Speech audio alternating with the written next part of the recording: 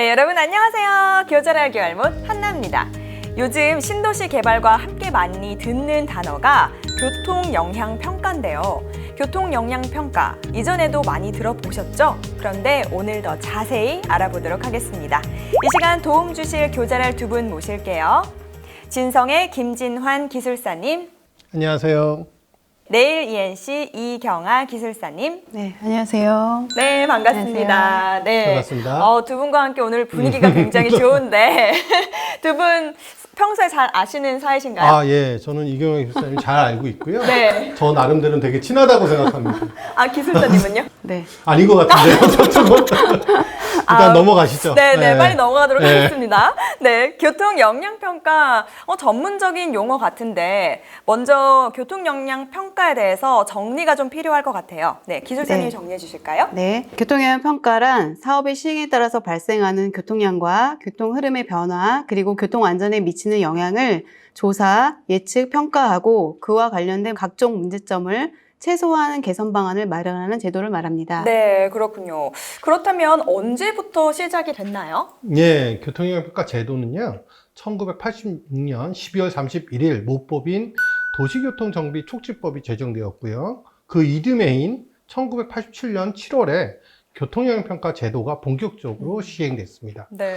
그 이제 교통영향평가 제도는 2001년에 환경, 교통, 재해 등에 관한 영향평가법으로 통합되었다가 2009년에는 교통영향분석 개선 대책으로 명칭이 변경되었고 2016년에 다시 교통영향평가로 명칭이 환원되어 지금에 이르고 있습니다. 네. 네. 다양한 역사를 거쳐서 예. 현재 이르게 됐네요. 맞습니다. 네, 그렇군요. 구독을 누르세요, 구독을. 오늘 교통영향평가 제도에 대해서 자세히 알아볼 텐데요. 그 전에 교할못의 기본 실력 향상을 위해서 Yes or No부터 시작하겠습니다.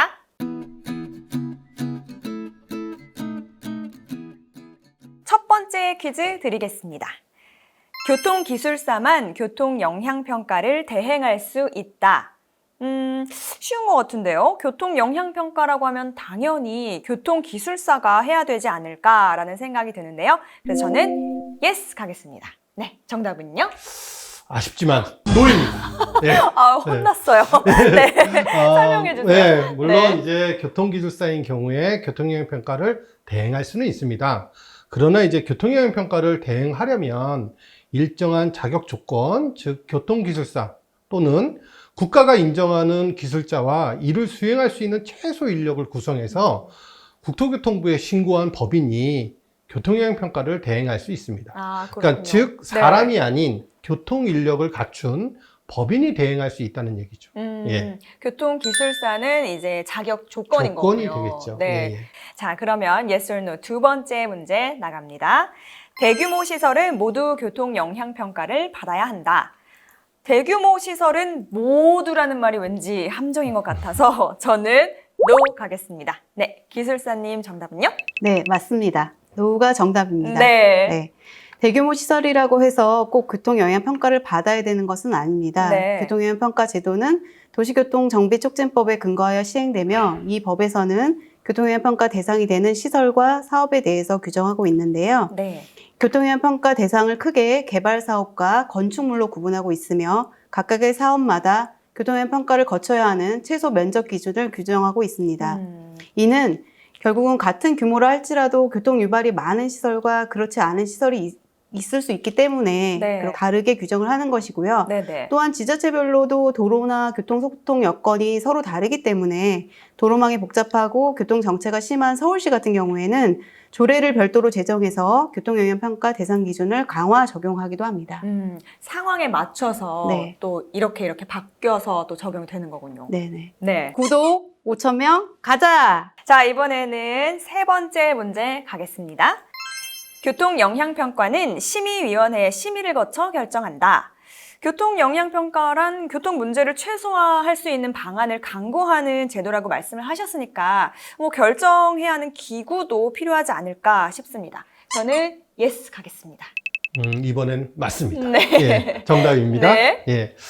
이제 그 다양한 개발 사업의 시행 주체는 이제 교통 문제를 최소화할 수 있는 방안을 강구해서 교통영향평가 보고서를 제출하게 됩니다. 네. 그렇게 제출하게 되면 교통 분야 관계 전문가들로 인해서 심의위원을 구성하고 그분들의 의견과 고견을 들어 개발에 따른 최종 개선 방안을 결정하게 됩니다.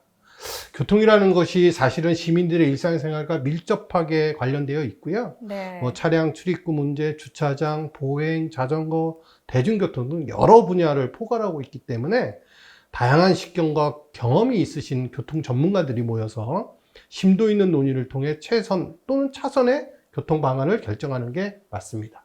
예. 네. 네, 이렇게 해서 두 분과 함께 yes or no를 통해서 교통 영향 평가에 대해서 알아봤습니다.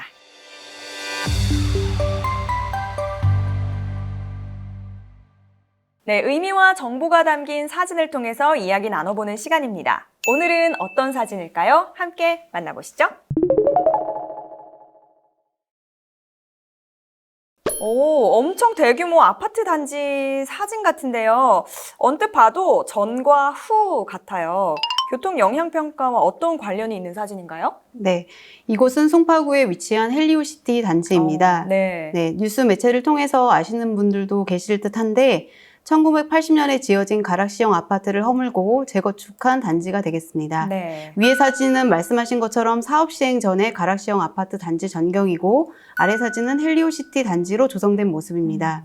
원래 가락시형 아파트는 6,600세대 규모였으나 재건축을 통해서 약 2,900세대가 증가한 9,500여 세대 규모로 개발되었으며 우와. 아파트 동 개수가 84개나 되는 진짜. 규모의 네. 단지입니다. 네. 또한 9,500세대의 세대당 그 인구수를 2.5인으로 가정했을 때 계획 인구가 이 단지에 사는 그 인구 수가 네. 약 24,000명 수준으로 미니 신도시급에 해당하는 규모라고 하겠습니다. 엄청나네요. 네. 그런데 만약에 교통영향평가 제도라는 것이 없이 이러한 대규모 사업이 민간의 주도로만 진행이 되었다면 어떻게 되었을지 생각해 보고자 헬리오시티 사진을 보여드렸습니다. 그렇군요.